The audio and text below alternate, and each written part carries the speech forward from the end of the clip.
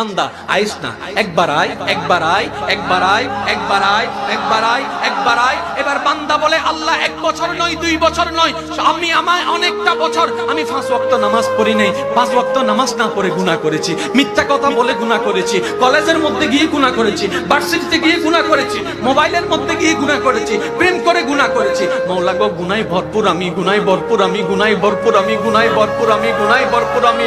মাওলা তোমার দেওয়া নিয়ামত খেয়েছি, তোমার দেওয়া নিয়ামত রিজিক খেয়ে দেহটাকে শক্তিশালী বানিয়ে তোমার জমিনে দাঁড়িয়ে তোমার হুকুম অমান্য করেছি, তোমার নবীর হুকুম অমান্য করেছি। ও মাওলা, ও মাওলা, আমার তো বড় লজ্জা লাগে, একটা ভুল করলে কারো সামনে যাওয়া যায় না, মাথা নিচু করে রাখতে হয়। আমি তো 1000টা ভুল করেছি মাওলা, ও মাওলা আমি কোথায় যাব, ও মাওলা আমি কোথায় যাব? আল্লাহ পাক বলে বান্দারে পৃথিবীর শ্রেষ্ঠ উদাহরণ মায়ার জন্য, মমতার জন্য, দরদের জন্য, মমতার জন্য মায়ের উপমা দেওয়া হয়, মায়ের উপমা দেওয়া হয়। ও বান্দা তুই শোন, তুই শোন, কখনো যদি দেখিস তোর মায়ের দরজা তোর জন্য বন্ধ হয়ে যায়, তখন তুই এতটুকু বিশ্বাস থাকবি তোর রহমানের দরজা তোর জন্য খোলা আছে।